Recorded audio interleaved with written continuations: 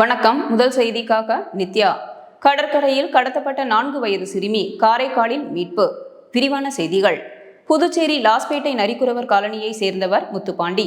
இவர் ஒவ்வொரு பகுதியாக சென்று பலூன், பிளாஸ்டிக் மற்றும் விளையாட்டு பொருட்கள் விற்கும் வியாபாரம் செய்து வருகிறார். இந்நிலையில் தனது 4 வயது மகள் மற்றும் மனைவியுடன் கடற்கரைக்கு வியாபாரத்திற்காக சென்றுள்ளார். அப்போது 4 வயதான மகள் சனல்யா அங்கு தனியாக விளையாடி கொண்டிருந்த போது மர்ம நபர்கள் சிலர் அவரை கடத்தி சென்றுள்ளனர். குழந்தையை எங்கு தேடியும் கிடைக்காததால் அதிர்ச்சியடைந்த பெற்றோர் பெரிய கடை காவல் நிலையத்தில் புகார் அளித்துள்ளனர். இதன் பேரில் விரைந்து சென்ற போலீசார் அங்குள்ள சிசிடிவி காட்சிகளை பார்வையிட்டனர். அப்போது அந்த சிசிடிவி காட்சியில் 3 பேர் பணம் தருவதாக கூறிவிட்டு முன்னே சென்றுள்ளனர். அவர்களை தொடர்ந்து பணம் கேட்டவாறு குழந்தை பின்னால் சென்ற காட்சி அதில் பதிவாகியிருந்தது.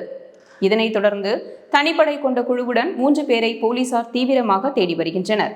இதன் மூலம் குழந்தை காரைக்காலுக்கு கடத்தி செல்லப்பட்டது தெரியவந்தது. பின்னர் இதுகுறித்து காரைக்கால் போலீசாருக்கு தகவல் தெரிவிக்கப்பட்டுள்ளது.